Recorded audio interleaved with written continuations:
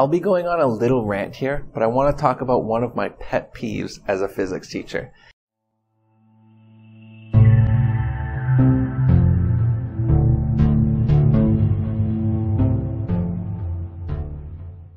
And that's teaching the GRASS method as a problem-solving skill.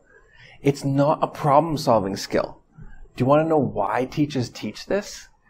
How often have you been told to show your work? The GRASS method is a method to show your work. Write down your given and required information, then write the equation, solve it, and write your final sentence. When this is taught as a problem-solving strategy, you end up with what I call hunters and gatherers. What they do is they gather all the information they need from the question, then they hunt through their equation sheet looking for something that will work. This does not show any understanding of physics.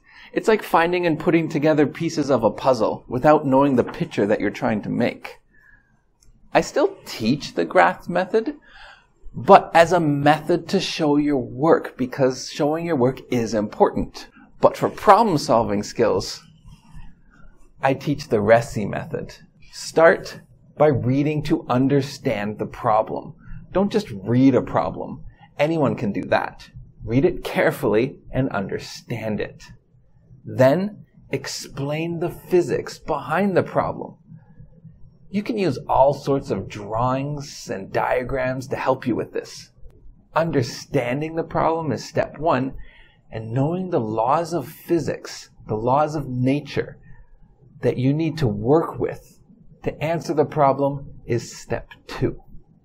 Then, with this information, strategize a solution.